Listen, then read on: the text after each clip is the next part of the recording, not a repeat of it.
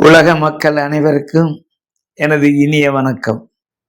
கடந்த 4 தினங்களாக ஆண்மை குறைவு, எரெக்டைல் டிஸ்ஃபங்க்ஷன் அண்ட் இம்பர்டன்சி என்கின்ற அந்த தலைப்பிலே கருத்து பரிமாற்றத்தையும் கலைந்த 50 ஆண்டுகளாக என்னுடைய அனுபவத்தையும் இந்த மருத்துவ பேராசிரியர் துறையினுடைய வல்லுநர் என்ற முறையில் நான் பகிர்ந்து கொண்டு இருக்கின்றேன்.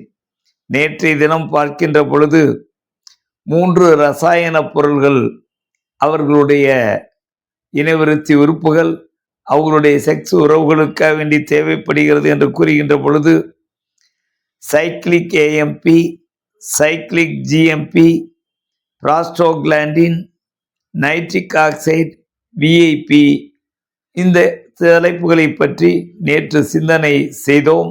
அதில் எந்த அளவுக்கு மாற்றங்கள் இருக்கிறது என்று நாம் அதை குறிப்பிட்டு பேசிக்கொண்டிருந்தோம்.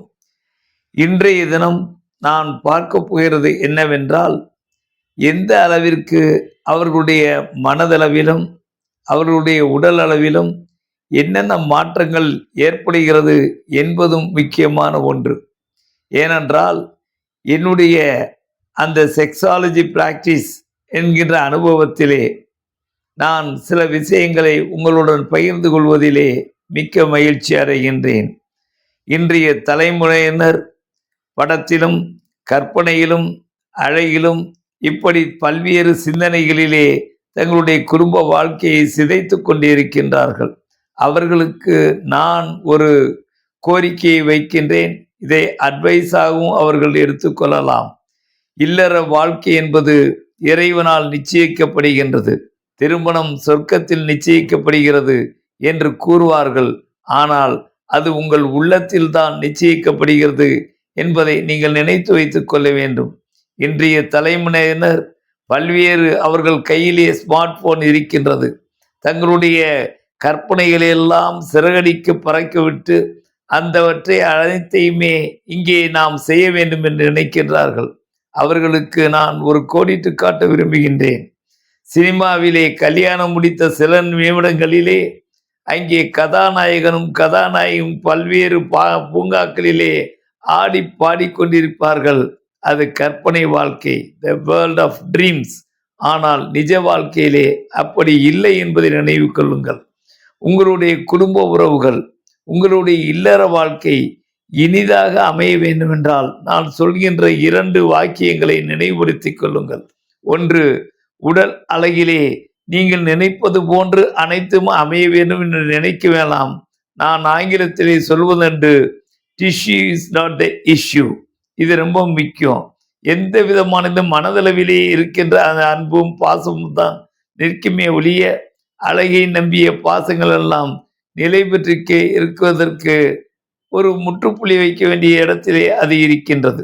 அதோடு மட்டுமில்லாமல் இன்றைய இளைஞர்கள் கையில் போனோடும் மற்றொரு லேப்டாப் என்ற அந்த கணினி எல்லாம் தூக்கி கொண்டு அலைகிறார்கள். அவர்களுக்கு நான் கூறுகிறது, இல்லற வாழ்க்கைக்காக வேண்டி சில மணி துளிகளை, சில மணி நேரங்களை ஒதுக்கி வைத்துக் கொள்ளுங்கள். முக்கியமாக keep your boardroom out of the bedroom. நீங்கள் அந்த அறையிலே, படுக்கை அறையிலே நீங்கள் நுழைகின்ற பொழுது உங்களுடைய அலுவலக அறையினுடைய ஃபைல்களையும் சிந்தனைகளையும் ஒதுக்கி வைத்து விடுங்கள். அப்பொழுதுதான் உங்களுக்கு இனிய இல்லறம் அத்தனையும் கிடைக்கின்றது என்பதை நான் கோடிட்டு காட்ட விரும்புகின்றேன். அது மட்டுமல்லாமல் இன்றைய பரிசோதனைகள் எல்லாம் எவ்வளவு பெரிய பரிசோதனைகளாம் வந்துவிட்டது. மாபெரும் கருவிகள் எல்லாம் இங்கே இருக்கின்றது. என்னுடைய அனுபவத்திலே நடந்த ஒன்றை நான் கோடிட்டு காட்ட விரும்புகின்றேன். ஒரு நோயாளிக்கு நானும் மற்றபடி கிட்னி ஸ்பெஷலிஸ்ட், யூராலஜிஸ்ட் என்று கூறுகிறார்களே அவர்களும், மற்றும் நம்மளுடைய ரேடியாலஜிஸ்ட், கதிரியக்க அந்த சிகிச்சை மருத்துவர்கள்லாம் சேர்ந்து அவருக்கு ஒரு பரிசோதனை செய்ய வேண்டி இருந்தது. அவருக்கு உள்ளது என்ன டிஃபெக்ட்னால அவருக்கு இந்த ஆண்மைக்குறவு ஏற்பட்டது என்பதை நாங்கள் ஒரு சில பரிசோதனைகள் செய்வோம். We call it as intracavernous injection. அதாவது அவருடைய இனவிருத்தி உறுப்பிலே ஒரு பெப்பாவரின் அல்லது ப்ராஸ்டோகிளாண்டின் போன்ற இன்ஜெக்ஷன்களை போட்டு அதனுடைய விரைப்புத்தன்மை கிடைக்கின்றதா என்பதை பரிசோதனைக்கு ஆய்வகத்திலே நாங்கள் செய்து கொண்டிருந்தோம். அப்படி செய்கின்ற பொழுது எப்பொழுதுமே அந்த நோயாளி அந்த இன்ஜெக்ஷன் போட்ட பிறகு அந்த உறுப்பிலே இரத்த ஓட்டம் எவ்வாறு இருக்கிறது, we call it as a penile systolic velocity. ஆனால் விரைப்புத்தன்மை கிடைத்தது. அதற்கு பிறகு 3 மணி நேரம் அவர் ஓய்வறையிலே இருக்க வேண்டும். திரும்ப அது மறுபடியும் பழைய நிலைக்கு வர வேண்டும். இதுதான் இயற்கையாகவே மருத்துவ ரீதியாக உள்ள முறை.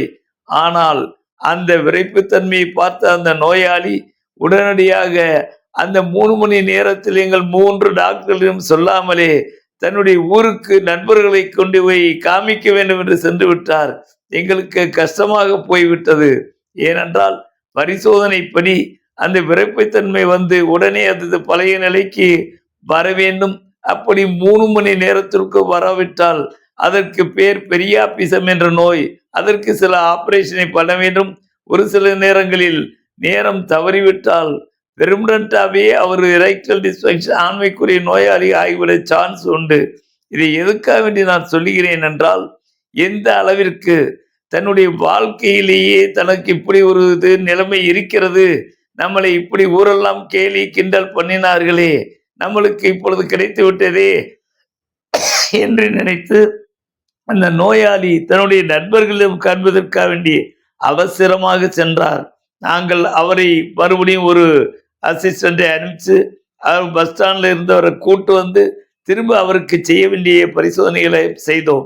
இதுக்கு நான் ஏன் குறிப்பிடுகின்றேன் என்றால், இந்த இம்பார்ட்டன்சி எரெக்டல் டிஸ்ஃபங்க்ஷன் ஆண்மை குறைவு என்பது அவரை உடல் அளவில் மட்டுமல்ல மனதளவிலும் பாதிக்க வைக்கின்ற ஒரு நிகழ்ச்சி என்பது மட்டும் இல்ல, சோசியல் ஸ்டிக்மா என்று கூறுவார்களே, அந்த சமூக புறக்கணிப்பு. அது மட்டுமல்ல, இல்லற வாழ்க்கையில் ஒரு சோதனை ஏற்படுகின்ற பொழுது ஒரு ஆண் எந்த அளவிற்கு பாதிக்கப்படுகிறான் என்பதை நினைக்கின்ற பொழுது ஆண்மை தன்மையே என்று இதைத்தை குறிப்பிட்டு விட்டார்கள். அதை ஆண்மை குறைவு என்று குறிப்பிட்டு விட்டார்கள். ஆனால் உலகத்திலே அது எந்த அளவுக்கு ஆண்களை பாதிக்கிறது என்பதை ஒரு கோடிட்டு காண்பதற்காக வேண்டி என்னுடைய வாழ்க்கையிலே என்னுடைய பிராக்டிஸிலே நடந்த இந்த நிகழ்ச்சியை நினைக்கின்ற பொழுது அந்த அளவுக்கு தன் வாழ்க்கையிலே காணாத ஒரு காட்சியை கண்டவுடன் தன் நண்பர்களிடத்திலும் காமிக்க வேண்டும் என்ற அவசரத்திலே எங்களிடம் சொல்லாமல் சென்ற அந்த நோயாளி போல் எத்தனையோ பேர் வருந்தி கொண்டிருப்பார்கள். மருத்துவ பரிசோதனைகளும் லேட்டஸ்ட் அதுக்குரிய கருவிகளும் மருந்துகளும் இன்ஜெக்ஷனும் வந்துவிட்டது. நான் கூறுகிறேன், நீங்கள் செய்ய வேண்டியது திருமணத்திற்கு முன்பாகவோ பின்பாகவோ அந்த பரிசோதனைகளை செய்து மருத்துவருடைய ஆலோசனைகளை நீங்கள் கேட்டு பெற்றுக்கொள்ள வேண்டும். 100க்கு 95 வியாதிகளை குணப்படுத்துவதற்கு லேட்டஸ்ட் மருந்துகள் வந்துவிட்டது. நீங்கள் செய்ய வேண்டியது முறையான செக்ஸாலஜியிடம் சென்று செக்ஸாலஜி டாக்டரிடம் சென்று பரிசோதனை செய்து கொள்வது அவசியம் என்று கூறிக்கொள்கிறேன். அதே நேரத்திலே உங்களுடைய அலுவலக சுமைகளை இல்லற அறைக்குள் எடுத்து செல்லாதீர்கள். உடல் அவயவங்கள் இப்படித்தான் இருக்க வேண்டும் என்று கற்பனை கோட்டிலே மிதக்காதீர்கள். Tissue is not the issue. Don't take your boardroom duties to the bedroom. It is my sincere advice to all the persons who are watching this program. I wish you all the best. Nandri.